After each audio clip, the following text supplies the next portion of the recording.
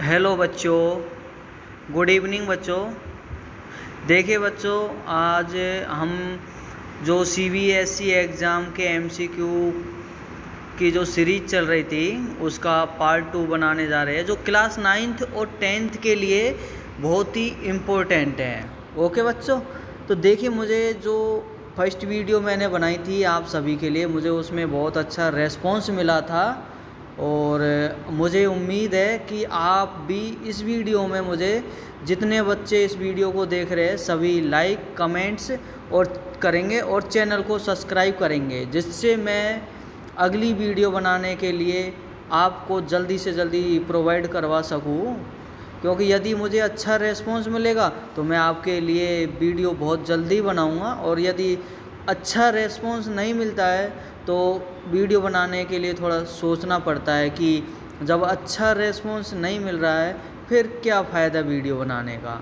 इसलिए मैं चाहता हूं कि मुझे उम्मीद है कि जो भी बच्चा इस वीडियो को देख रहा है वो लाइक कमेंट्स और चैनल को सब्सक्राइब करेगा और अपने दोस्तों से भी सब्सक्राइब करवाएगा। ओके बच्चों, तो देखिए बच्चों, आज जो आपकी वर्कशीट जितनी भी आ गई है, अभी तक 8 वर्कशीट आ गई है 9th और 10th क्लास की। तो उन वर्कशीटों से मैंने सारे क्वेश्चन उठा लिए, ज़्यादातर जो मोस्ट क्वेश्चन है आपको इसमें जितने क्वेश्चन समझाए गए हैं, यदि किसी बच्चे ने उसको अच्छे से कर लिया इस वर्कशीट या फिर इन एमसीक्यू क्वेश्चन को अच्छे से समझ लिया तो आपकी वर्कशीट 80% क्लियर हो जाएगी। ओके बच्चों, तो देखिए आपको जो क्वेश्चन नंबर फर्स्ट दिया गया है, आपको क्वेश्चन नंबर फर्स्ट क्या है बच्चे आपके पास है कि दिए गए चित्र में शीर्षाभिमुख कोण, दिए गए चित्र में शीर्षाभिमुख कोण का युग्म है। मतलब आपको एक डायग्राम दिया गया है और उसमें आपको वर्टिकली अपोजिट एंगल का क्या बताना है बच्चों, पेयर बताना है। ओके बच्चों, तो ये आपका डायग्राम दिया गया है, इसमें आपको शीर्षाभिमुख कोण का क्या बताना है बच्चों, आपको इसमें पेयर बताना है। तो शीर्षाभिमुख कोण क्या होता है, आमने सामने के एंगल या फिर अपोजिट एंगल क्या होते हैं बच्चों, शीर्षाभिमुख एंगल होते हैं। ओके, जैसे बच्चे एक के अपोजिट एंगल है आपका 1 के 4 और 7 के बच्चे 6, ऐसे ही 8 के अपोजिट एंगल है बच्चे 8, 5 के अपोजिट एंगल क्या है बच्चा 8। ओके, तो देखिए आपको इसमें पेयर बताना है कि आपका पेयर क्या है। ओके बच्चों, तो देखिए अपोजिट एंगल या शीर्षाभिमुख या वर्टिकली अपोजिट एंगल क्या होगा, देखिए आपको इसमें ऑप्शन नंबर 1 दिया गया है कि एंगल 1 और 2, एंगल 1 और 2। देखिए बच्चे एंगल 1 और 2 में आपको क्या दिया गया है, एंगल 1 और 2, तो ये क्या होंगे, ये बेटा आपके संपूरक या फिर सप्लीमेंट्री एंगल होंगे। ओके बच्चों, एंगल 1 व 7, ऑप्शन नंबर बी एंगल 1 व 7। देखिए एंगल 1 आपको कहाँ पर दिया गया है, एंगल 1 आपको दिया गया है एंगल 1 और एंगल 7, तो ये दोनों आपके वर्टिकल अपोजिट एंगल नहीं हो सकते। ओके बच्चा, देखिए अब आपको ऑप्शन नंबर सी में आपको क्या दिया गया है कि एंगल 6 और 7। अब देखिए आप जब डायग्राम में देखेंगे तो आपको एंगल 6 और एंगल 7 दोनों दिए गए हैं। ये कैसे एंगल है बेटा, ये वर्टिकली अपोजिट एंगल है क्योंकि ये एक दूसरे के अपोजिट एंगल है। और एंगल 7 व 8, एंगल 7 और 8 आपके क्या है, वर्टिकली अपोजिट एंगल नहीं हो सकते, ये क्या होंगे, सप्लीमेंट्री एंगल होंगे। ओके बच्चों, देखिए आपका जो क्वेश्चन नंबर फर्स्ट था वो आपको सभी को समझ में आ गया होगा। और अब देखिए सभी question number second, question number second में आपको दिया गया है कि संपूरक या सप्लीमेंट्री एंगल का मान कितना होता है। सप्लीमेंट्री एंगल की वैल्यू क्या है बच्चे, सप्लीमेंट्री एंगल आपको अभी मैंने बताया था, सप्लीमेंट्री एंगल की वैल्यू कितनी होती है, 180 डिग्री। ओके बच्चों, सप्लीमेंट्री एंगल की वैल्यू कितनी होती है, 180 डिग्री। तो देखिए आपको option number B. Option number B आपका क्या होगा, आंसर होगा क्वेश्चन नंबर 2 का। क्वेश्चन नंबर फर्स्ट का ऑप्शन नंबर सी आपका आंसर होगा।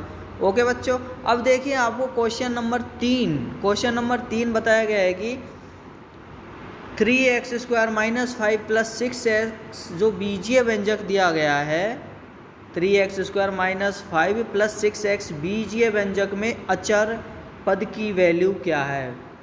बीजीय व्यंजक में अचर पद की वैल्यू क्या है, मतलब आपको 3x² - 5 + 6x एक एलजेब्रिक एक्सप्रेशन दी गई है और आपको इस एलजेब्रिक एक्सप्रेशन में कांस्टेंट टर्म बतानी है कि इस एलजेब्रिक एक्सप्रेशन की कांस्टेंट टर्म कौन सी होगी। तो आप देखिए बच्चों, मैंने बताया था कि एलजेब्रिक एक्सप्रेशन में कांस्टेंट टर्म वो टर्म होती है जिसमें आपका x या फिर इंग्लिश का कोई भी लेटर मल्टीप्लाई के रूप में नहीं हो। जैसे इसमें 3x² एक क्या होगा बच्चों, एक वेरिएबल, 6x एक वेरिएबल टर्म होगी, लेकिन -5 आपका क्या होगा, यह एक कांस्टेंट टर्म होगी। और जो भी ये आपको टर्म, आपको जो एलजेब्रिक एक्सप्रेशन दी गई है उसमें आपको टर्म लेनी है वो साइन सहित लेनी है। जो साइन यदि उसमें प्लस दिया गया है तो प्लस और माइनस दिया गया है तो माइनस। तो इसलिए क्वेश्चन नंबर 3 की वैल्यू, इसमें आपका आंसर क्या होगा बच्चों, इसमें आप +5 नहीं कर सकते क्योंकि इसमें आपको कांस्टेंट क्या दिया गया है, -5। तो इसलिए आपका आंसर क्या होगा बच्चों, -5। तो सी नंबर ऑप्शन आपका क्या हो गया, आंसर। अब देखिए आप क्वेश्चन नंबर 4। क्वेश्चन नंबर 4 में आपको दिया गया है कि x³ + 6y² - 6x² - xy² algebraic expression कितने टर्म का एलजेब्रिक एक्सप्रेशन है, कितने टर्म का एलजेब्रिक एक्सप्रेशन है।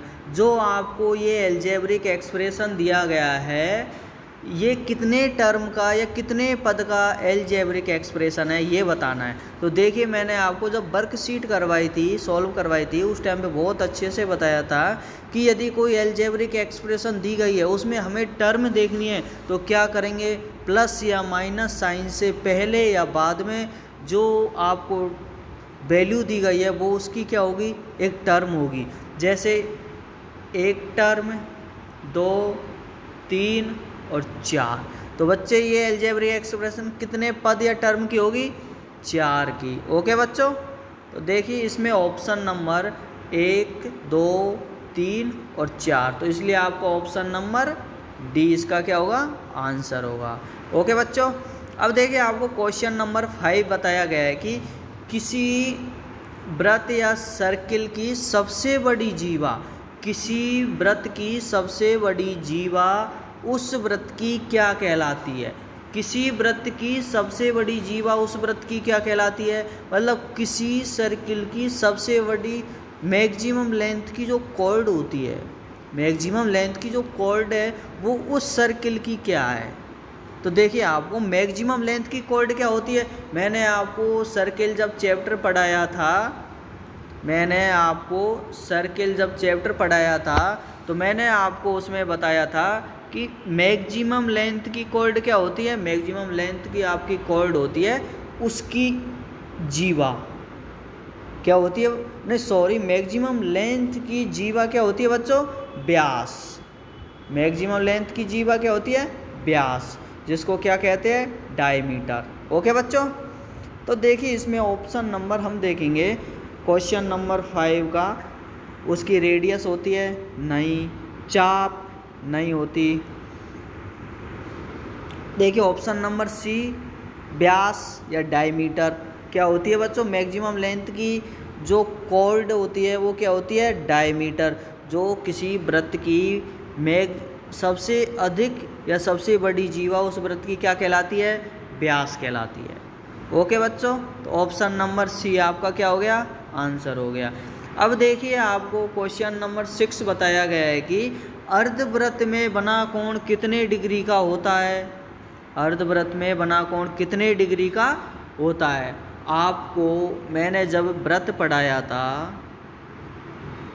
तो उस टाइम मैंने आपको समझाया था कि यदि आपको एक अर्धव्रत दिया गया है, सपोज ये आपके पास अर्धव्रत है, इसका ऊपरी पार्ट, और इस बिंदु ए और बी दिए गए हैं, और अर्धव्रत में बना कोण जो आपका ये एंगल होगा ये कितने डिग्री का होगा, ये आपका 90 डिग्री का होगा। ओके बच्चों, तो अर्धव्रत ये आपकी एक प्रमेय, एक थ्योरम होती है। ओके बच्चों, जब आपको मैंने थ्योरी समझाई थी तो बहुत अच्छे से समझाए थे सारे थ्योरी के पार्ट्स, ताकि आपको आगे प्रॉब्लम नहीं हो। ओके बच्चों, यदि किसी ने वीडियो नहीं देखी है तो वो एक बार वीडियो देख ले, जिससे उसको अच्छे से समझ में आ जाएगा।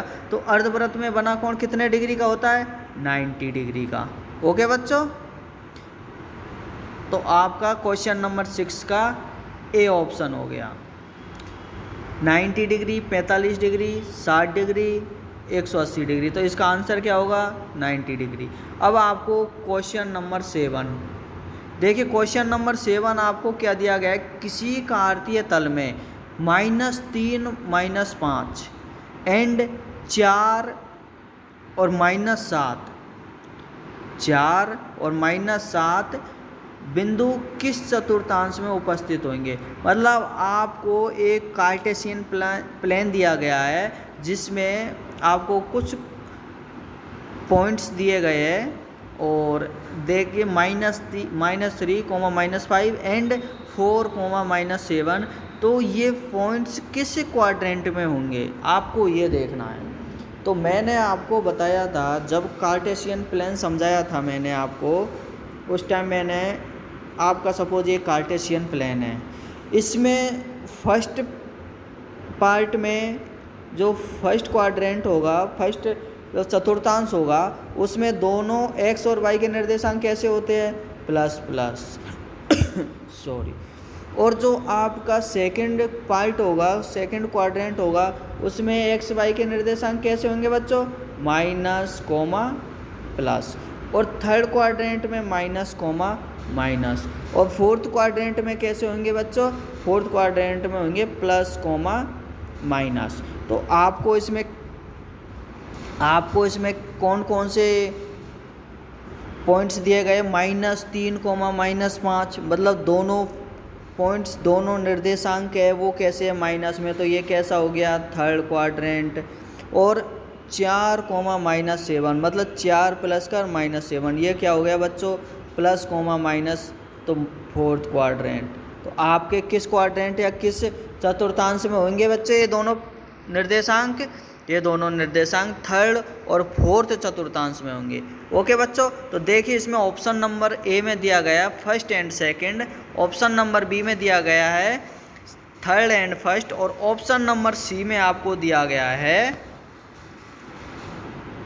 फोर्थ एंड थर्ड, या थर्ड एंड फोर्थ क्वाड्रेंट या चतुर्थांश। तो इसका आंसर क्या होगा, थर्ड एंड फोर्थ। ओके बच्चों, तो देखिए,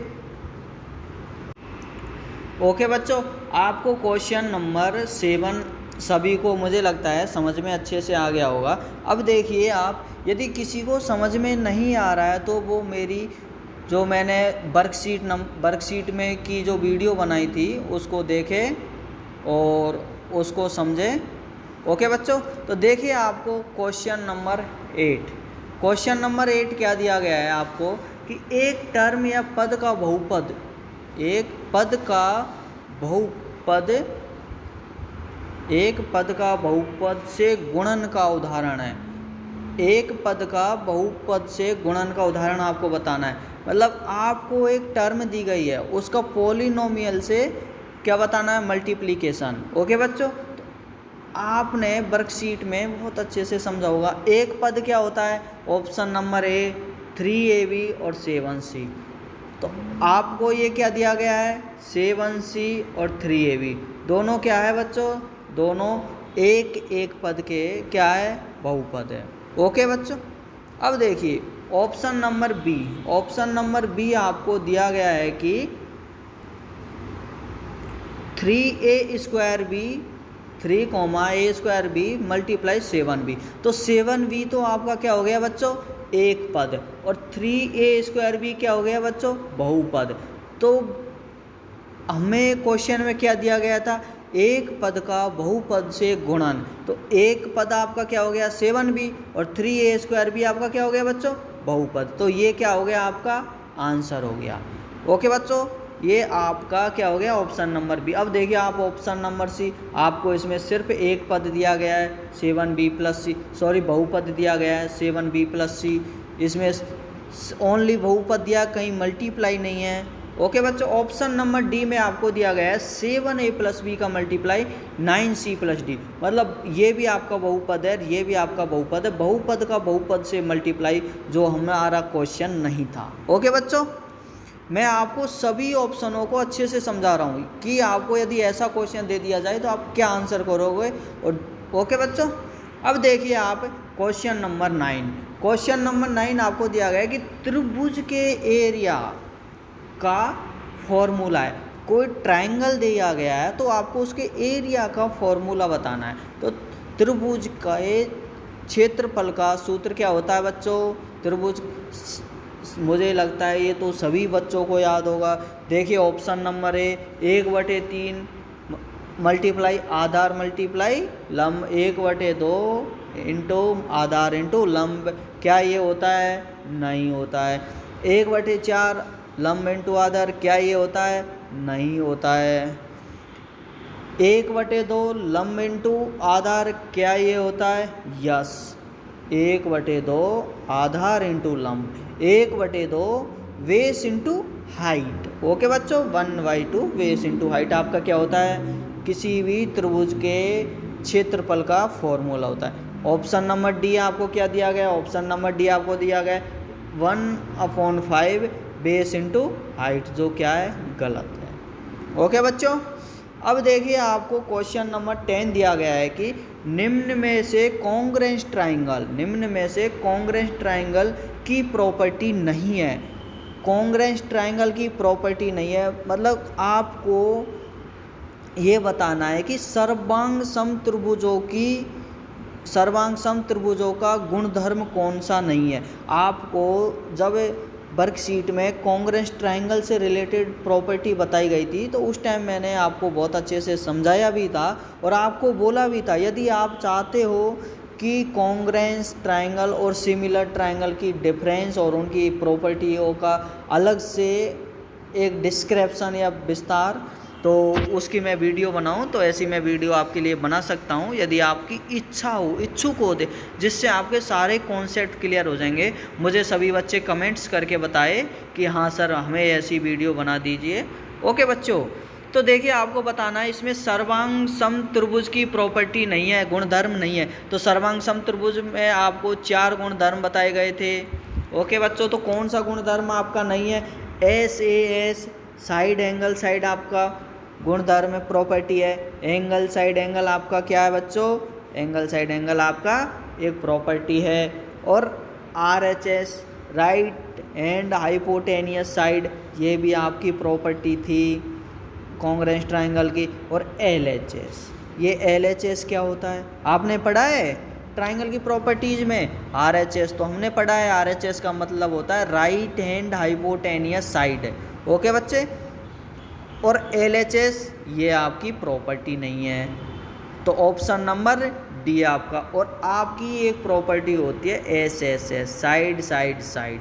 ओके बच्चों, तो राइट, तो आपकी कॉन्ग्रुएंस ट्रायंगल की जो 4 प्रॉपर्टीज होती है वो कौन कौन सी होती है, side side side, RHS angle side angle, और साइड एंगल साइड। ओके बच्चों, अब देखिए आपको क्वेश्चन नंबर 11 दिया गया है। क्वेश्चन नंबर 11 में है कि x + y + z bracket x + y + z bracket x² + y² + z² minus xy minus yz minus zx, जो आपको ये एक क्या दी गई है, आइडेंटिटी सर्वसमीका का संक्षिप्त रूप है। मतलब आपको इसका शॉर्ट फॉर्म बतानी है कि यह किस आइडेंटिटी का फॉर्मूला है। जो आपको ये एक सूत्र दिया गया है विस्तार करके, यह किसका फॉर्मूला है, किस सर्वसमीका का फॉर्मूला है। ओके बच्चों, आप सभी को पता है, मैंने जब आपको सभी को आइडेंटिटी से रिलेटेड, सर्वसम्मिका से रिलेटेड वर्कशीट समझाई थी, तब मैंने आपको बताया था ए प्लस बी का होल क्यूब क्या होता है। ए प्लस बी का होल क्यूब क्या होता है बच्चों? A cube plus B cube, A cube plus B cube plus 3ab bracket में A plus B, sorry A square plus B square. Okay बच्चों, A cube plus B cube plus 3ab bracket में A square plus B square. Okay बच्चों, ये क्या होती है आपकी, ये ए प्लस बी का होल क्यूब का फॉर्मूला होता है। यदि ए माइनस बी के होल क्यूब का फॉर्मूला लेना है तो हमें प्लस की जगह पर माइनस कर देना है। ओके बच्चों, अब देखिए जो option number C, X plus Y plus Z का होल स्क्वायर, क्या ये होता है? आप नहीं होता है। इसका फॉर्मूला क्या होता है बच्चों? इसका फॉर्मूला होता है X square plus Y square plus Z square plus 2 bracket X Y plus Y Z plus Z X bracket close. Okay बच्चों, तो ये X plus Y plus Z का होल स्क्वायर का फॉर्मूला होता है। तो यह फॉर्मूला, अब आप कहोगे सर यह फॉर्मूला किसका है? तो बच्चों यह फॉर्मूला है X cube plus Y cube plus Z cube minus 3xyz का फॉर्मूला है। किसका है? X cube plus Y cube plus Z cube minus 3xyz का फॉर्मूला क्या होता है? इसका फॉर्मूला होता है कि X plus Y plus Z bracket X square plus Y square plus Z square minus X Y minus Y Z minus Z X. Okay बच्चों, तो इसका ऑप्शन नंबर डी आपका क्या हो गया? आंसर हो गया। ओके बच्चों, अब देखिए बच्चों, आपको क्वेश्चन 11 अभी तक समझा। आपके कहने पर मैंने 15 क्वेश्चन की MCQ वीडियो बनाई थी। ओके बच्चों, अब देखिए आपको क्वेश्चन नंबर 12 है। क्वेश्चन नंबर 12 में आपको क्या दिया गया है? क्वेश्चन नंबर 12 में आपको दिया गया है कि निम्न में से परिमेय और अपरिमेय संख्याओं का युग्म छांटिए। मतलब आपको क्या करना है, आपको इसमें रेशनल और इर्रेशनल नंबर्स का एक पेयर छांटना है, जिसमें ऐसा पेयर जिसमें रेशनल नंबर भी हो और इर्रेशनल नंबर भी हो, मतलब परिमेय संख्या भी हो और अपरिमेय संख्या भी हो, ऐसा एक जोड़ा छांटना है। ओके बच्चों, तो देखिए आप ऑप्शन जब देखेंगे तो आपको पता चलेगा कि कौन सी संख्या। अभी जब मैंने आपको वर्कशीट करवाई थी तो मैंने आपको बहुत अच्छे से समझाया था कि परिमेय संख्या क्या होती है और अपरिमेय संख्या क्या होती है। ओके बच्चों, तो देखिए आपको 1/2 1/2 1/5 क्या यह परिमेय और अपरिमेय का एक पेयर है? नहीं है। क्यों? क्योंकि 1/2 आपकी क्या है? परिमेय संख्या। 1/5 भी क्या है? आपकी परिमेय संख्या या रेशनल नंबर। तो ये दोनों नंबर कैसे है बच्चों? ये दोनों रेशनल नंबर है, इसलिए आपको ऑप्शन नंबर ए भी क्या है? गलत है। अब देखिए option number B. Option number B में 1/3 1/6, क्या यह आपके परिमेय और अपरिमेय का एक क्या है? पेयर है? नहीं है, क्योंकि 1/3 भी आपका क्या है? रेशनल या परिमेय, और 1/6 भी क्या है? परिमेय। तो ये भी क्या हो गया? एक परिमेय संख्याओं का जोड़ा, यह भी एक परिमेय संख्याओं का जोड़ा हो गया। तो ऑप्शन नंबर बी भी आपका आंसर नहीं होगा। अब देखिए option number C and D. Option number C में आपको क्या दिया गया? 1/2 √2। 1/2 क्या हो गया? 1/2 आपका परिमेय, √2 क्या हो गया? √2 आपका अपरिमेय हो गया। अब आप ओके बच्चों, तो √2 अपरिमेय कैसे है? √2 की वैल्यू होती है 1.41352 ... इन्फिनाइट, और रिपीटेशन नहीं करती वो। तो उस वैल्यू की क्या है, हम एग्जैक्ट वैल्यू नहीं लिख सकते कि इसकी एग्जैक्ट वैल्यू ये है, फिक्स वैल्यू ये है। तो इसलिए ऐसी वैल्यू को क्या कहते हैं? ऐसी वैल्यू वाली संख्याओं को हम कहते हैं इर्रेशनल नंबर या अपरिमेय संख्या। और जिसकी एक एग्जैक्ट वैल्यू होती है, जिसको हम p/q के फॉर्म में लिख सकते हैं, वो क्या होगी बच्चों? वो आपकी रेशनल या परिमेय संख्या होती है। और जिसको हम p/q के फॉर्म में नहीं लिख सकते, वो क्या होगा? आपका इरेशनल या अपरिमेय संख्या। ओके बच्चों, अब आपको ऑप्शन नंबर डी क्या दिया गया है, √2 √3, तो ये दोनों क्या है, ये दोनों आपके अपरिमेय नंबर है। और हमें क्या चाहिए, हमें चाहिए बच्चों एक परिमेय और एक अपरिमेय संख्या का जोड़ा, तो ये क्या होगा, ऑप्शन नंबर सी। ओके बच्चों, अब देखिए आपको क्वेश्चन नंबर 13, क्वेश्चन नंबर 13 में आपको दिया गया अभाज्य संख्याओं या फिर कोप्राइम नंबर्स का युग्म बताइए। अब देखिए आपको मैंने जो कोप्राइम नंबर्स है उसका आपको एक पेयर बताना है, अभाज्य संख्याओं का युग्म क्या है। जब मैंने आपको वर्कशीट करवाई थी तो उसमें मैंने आपको बहुत अच्छे से समझाया था बेटा कि कोप्राइम नंबर क्या होता है। कोप्राइम नंबर ऐसा नंबर होता है जिसका HCF क्या हो, 1 हो, जिसका HCF क्या हो बेटा, 1 हो, वो क्या होगा, आपका कोप्राइम नंबर होगा। ओके, तो देखिए ऑप्शन नंबर ए में 3,6, तो इनका HCF क्या है, 3, तो ये आपका क्या नहीं होगा, कोप्राइम नंबर या अभाज्य संख्याओं का एक जोड़ा। 5 और 95 में भी क्या कॉमन है, 5, इसमें कॉमन क्या आना चाहिए तो कोप्राइम नंबर के लिए 1। ओके, अब देखिए option number C and D. Option number C में आपको क्या दिया गया है, 7 और 11, 7 और 11, तो 7 और 11, 7 और 11 में आपका कॉमन क्या है, 1, क्या है कॉमन बेटा, 1। और हमें क्या चाहिए कोप्राइम नंबर के लिए, कोप्राइम नंबर के लिए हमें HCF 1 चाहिए या कॉमन नंबर 1 चाहिए, जो आपका क्या होगा, आंसर होगा। तो आपका आंसर क्या हो गया बच्चा है, सी। और देखिए हम डी को भी देख लेते हैं। ऑप्शन नंबर डी में क्या है, 10 और 20, 10 और 20 में कॉमन क्या है, 10, जो क्या नहीं होगा, कोप्राइम नंबर नहीं होगा। ओके बच्चों, अब देखिए आपको क्वेश्चन नंबर 14 में दिया गया है कि डिवीजन एल्गोरिथम प्रमेय का फॉर्मूला है। डिवीजन एल्गोरिथम प्रमेय का फॉर्मूला है, मतलब विभाजन एल्गोरिथम प्रमेय का सूत्र बताना है। विभाजन एल्गोरिथम प्रमेय का सूत्र क्या होता है, विभाजन एल्गोरिथम का मैंने आपको क्या बताया था, सूत्र बताया था या नहीं बताया था, मैंने बताया था। उसका सूत्र होता है बच्चों, dividend is equal to divisor multiply quotient plus remainder. क्या बताया था बच्चों, dividend is equal to divisor multiply quotient plus remainder. तो ये आपका जब ऑप्शन नंबर देखोगे तो आपको क्या दिया गया है, ऑप्शन नंबर डी। तो इंग्लिश वाले बच्चे ऑप्शन नंबर डी लिखकर मुझे भेजेंगे कि डिविडेंट इजिकल टू क्या होता है बच्चों, और इंग्लिश मीडियम वाले बच्चे मुझे भेजेंगे कि dividend is equal to divisor multiply quotient plus remainder. तो ये आपकी क्या होती है, डिवीजन एल्गोरिथम थ्योरम का फॉर्मूला। और हिंदी मीडियम वाले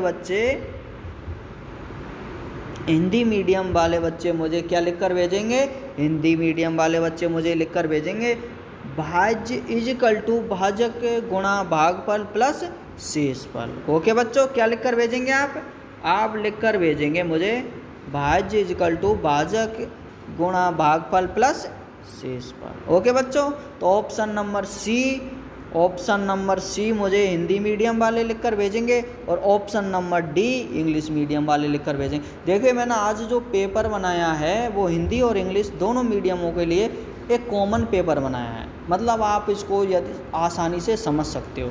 ओके बच्चों, अब आपको देखिए क्वेश्चन नंबर 15, लास्ट क्वेश्चन इस सीरीज का। क्वेश्चन नंबर 15 आपको क्या दिया गया है, क्वेश्चन नंबर 15 दिया गया है आपके कि नॉन टर्मिनेटिंग रिकरिंग